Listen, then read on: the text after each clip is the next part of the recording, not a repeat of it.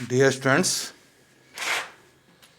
मैं doctor Naresh Kumar Agarwal, associate professor, ABST department, government girls college Chomu. Student, marginal costing में PV ratio, break even point, margin of safety, एक target profit earn करने के लिए sales की certain quantity देने पर उस पर कितना प्रॉफिट होगा, यदि हम अपना ब्रेक इवन पॉइंट कम कर दो तो क्या हम नई सेलिंग प्राइस डिसाइड करें, यदि हम सेलिंग प्राइस रिड्यूस करते हैं या इंक्रीज करते हैं तो हमारे पीवी रेशियो और ब्रेक इवन पॉइंट पर क्या इम्पैक्ट आएगा। इनसे संबंधित एक क्वेश्चन आपको आज कराने वाला हूँ। ये कंसेप्ट हम पहले ही पढ़ चुके हैं कि पीवी रेशियो कैसे कैलकुलेट करते हैं, ब्रेक इवन पॉइंट कैसे कैलकुलेट करते हैं, प्रॉफिट कैसे कैलकुलेट करते हैं। तो पहले मैं क्वेश्चन बताऊंगा और उसके बाद में उसका हम सॉल्यूशन देखेंगे। आपको इसके बाद भी सॉल्यूशन करने के बाद भी कोई प्रॉब्लम हो तो आप व्हाट्सएप पर अपनी प्रॉब्लम भेजकर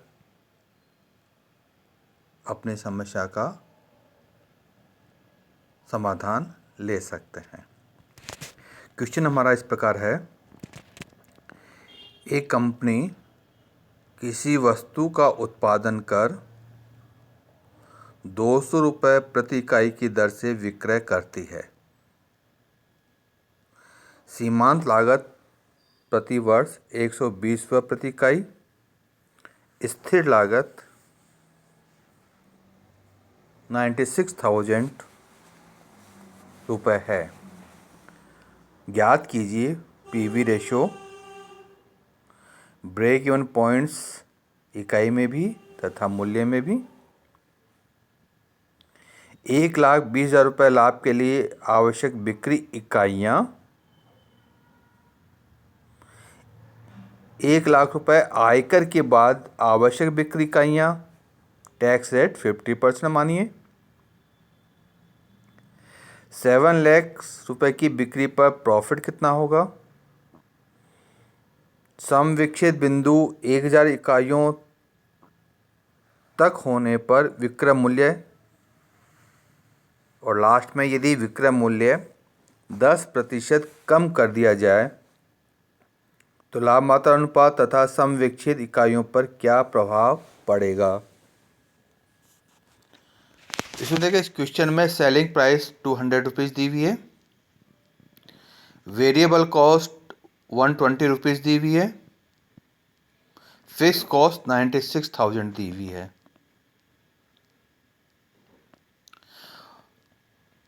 और लास्ट में जो हमसे कहा गया, यदि सेलिंग प्राइस 10% रिड्यूस कर दी जाए, यानी सेलिंग प्राइस 200 रुपये, 10% 20 रुपये कम कर देंगे तो नई सेलिंग प्राइस 180 रुपीज़ आ जाएगी। लेकिन अदर कॉस्ट ये मानते हुए रिमेन द सेम, उनमें कोई परिवर्तन नहीं आता, यानी वेरिएबल कॉस्ट 120 रुपये ही रहेगी, फिक्स कॉस्ट 96,000 ही रहेगी। तो हमारा नया बीवीपी या पीवी रेशियो, ये लोग हम कैसे ज्ञात करेंगे ये इस क्वेश्चन में देखेंगे। प्रॉफिट की दो स्थिति दे दी है, एक प्रॉफिट दिया 1,20,000, इसमें आपसे क्वेश्चन में नहीं कहा गया ये बिफोर टैक्स आफ्टर टैक्स, तो हम मान लेते हैं यह प्रॉफिट जो दिया उसी पर हमको कैलकुलेट करना, टैक्स का समायोजन नहीं करना है, क्योंकि टैक्स के समायोजन के लिए अलग से एक पॉइंट दिया हुआ है, वहाँ इनकम टैक्स रेट का समायोजन करके हम प्रॉफिट के लिए आवश्यक सेल्स की यूनिट कैलकुलेट करेंगे। तो सबसे पहले हम पीवी रेशियो ज्ञात करते हैं। तो पीवी रेशियो का फॉर्मूला हमारा selling price minus variable cost, यानी contribution upon sales into 100।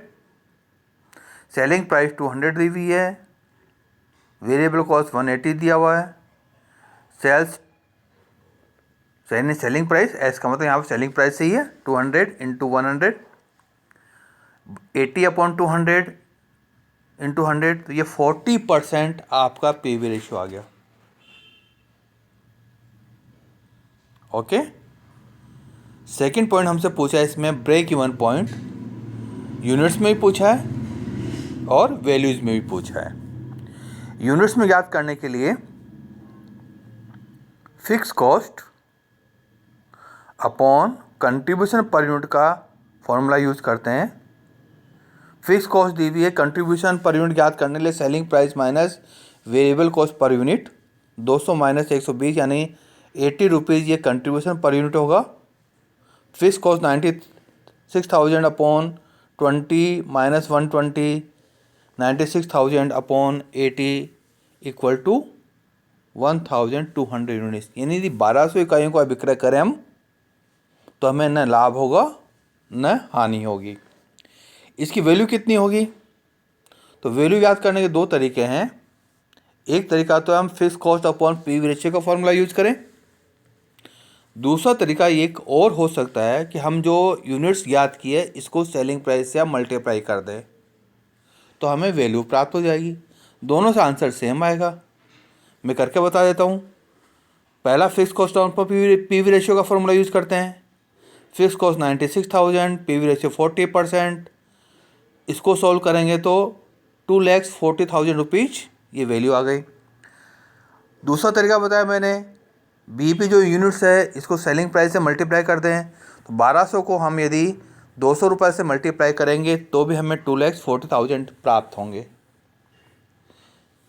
Okay, then हमसे पूछा है यदि प्रॉफिट 1,20,000 पर अर्न करना हो तो सेल्स यूनिट कितनी होगी। अब याद है ना, वैल्यू नहीं पूछी हमसे। वैल्यू पूछेगा तो हमें पीवी रेशियो का प्रयोग करना है और यूनिट्स पूछे तो हमें कंट्रीब्यूशन पर यूनिट का प्रयोग करना है। यहाँ पर यूनिट्स पूछी है इसलिए हम कंट्रीब्यूशन पर यूनिट का यूज करेंगे। इसके लिए फॉर्मूला काम लेंगे fix cost plus desired profit upon contribution per unit. तीनों चीज़ें हमें ज्ञात हैं। फिक्स कॉस्ट 96,000, डिजायर्ड प्रॉफिट जो अर्न करना चाहते हैं 1,20,000 upon contribution per unit 80 rupees. 96,000 upon 120 2,60,000, इसको 80 से डिवाइड कर दीजिएगा तो 2,700 यूनिट्स आ गए। यानी 2,700 इकाइयाँ यदि हम बेचेंगे तो हम 1,20,000 प्रॉफिट अर्न करेंगे जब हमारी फिक्स कॉस्ट 96,000 है, वेरिएबल कॉस्ट 120 रुपीज़ है और सेलिंग प्राइस 200 रुपीज़ है।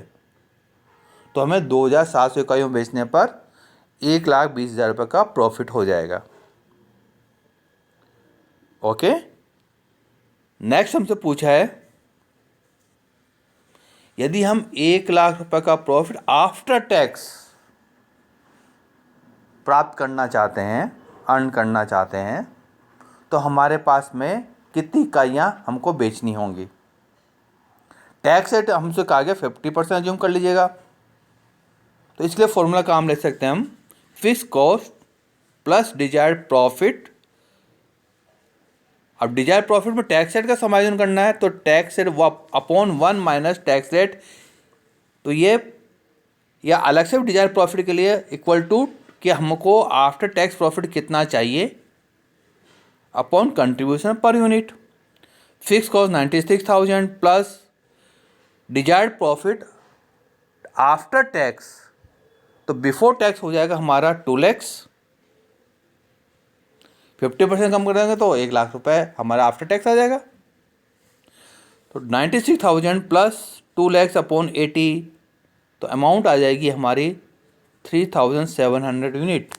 यानी 3,700 इकाइयाँ बेचेंगे तो हमें प्रॉफिट आफ्टर टैक्स यह 1,00,000 रुपये प्राप्त हो जाएगा।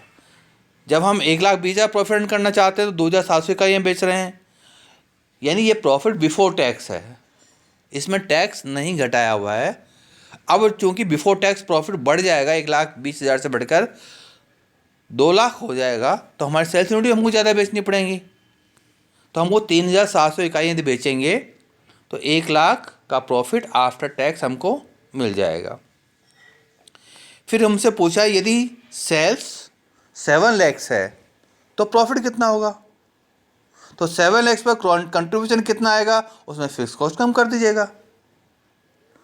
तो 7, इसके लिए फॉर्मूला काम ले सकते हैं, sales into PV ratio minus fix cost. Sales हमारी 7 लैक्स है, 40% माइनस फिक्स कॉस्ट 96,000 कम कर दीजिएगा। 2,80,000 में 96,000 कम कर देंगे तो 1,84,000 ये हमारा प्रॉफिट आ गया। यानी 7 लाख का विक्रय करने पर हमको 1,84,000 का प्रॉफिट होगा। ओके, नेक्स्ट हमसे पूछा है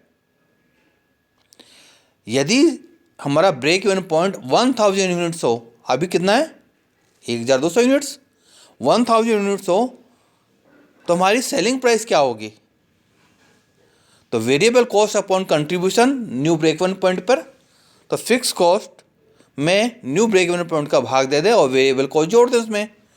तो फॉर्मूला काम ले सकते हैं न्यू सेलिंग प्राइस के लिए, variable cost plus fix cost upon new break even point.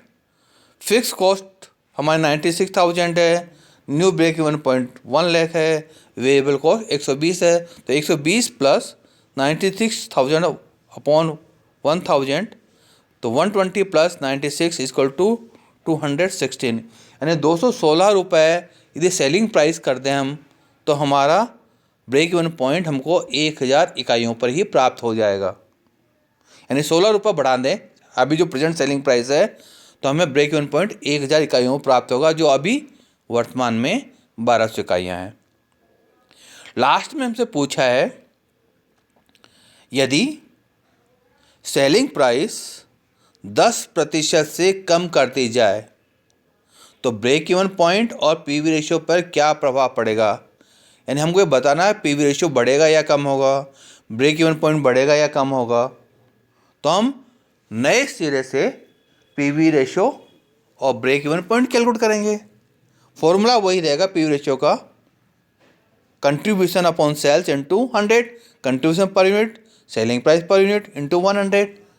अब हमको जो सेलिंग प्राइस लेनी है वो रिड्यूस सेलिंग प्राइस लेनी है, 200 माइनस 10%, तो 180 रुपीज़ ये न्यू सेलिंग प्राइस आ गई। 180 के अंतर्गत वेरिएबल कॉस्ट 120 कम कर दीजिएगा तो 60 आ गई हमारे पास में।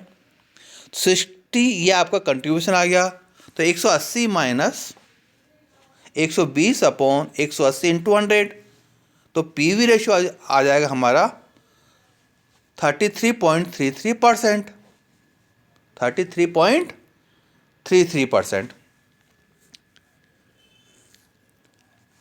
ब्रेक इवन पॉइंट क्या होगा, हमें यूनिट्स में ज्ञात करना है ब्रेक इवन पॉइंट, तो फॉर्मूला वही काम लेंगे, fix cost upon contribution per unit.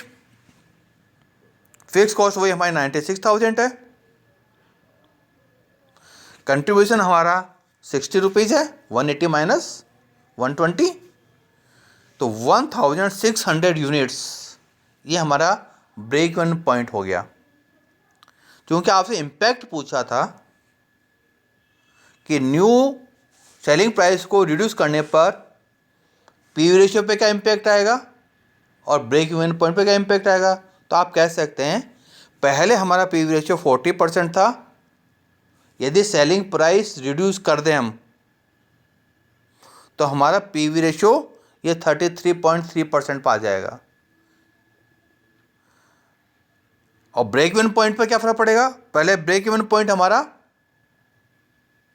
1,200 इकाइयाँ था जो बढ़कर 1,600, जैसे पीवी रेशियो कम होगा नेचुरली आपको ब्रेक इवन पॉइंट भी बढ़ाना पड़ेगा, आपको कंट्रीब्यूशन के लिए राशि कम मिलेगी फिक्स कॉस्ट रिकवर करने के लिए। इस कारण से हमारा ब्रेक इवन पॉइंट जैसे पीवी रेशियो कम होगा ब्रेक इवन पॉइंट भी बढ़ जाता हमारा। तो आप ये कह सकते हैं सेलिंग प्राइस 10% कम होने पर पीवी रेशियो 40% घटकर 33.3% आ जाएगा और हमारा ब्रेक इवन पॉइंट 1200 इकाइयों से बढ़कर 1600 इकाइयाँ हो जाएगा। तो स्टूडेंट, इस क्वेश्चन में मैंने परीक्षा में जिस तरह का प्रश्न हमको मिल सकता है, क्या क्या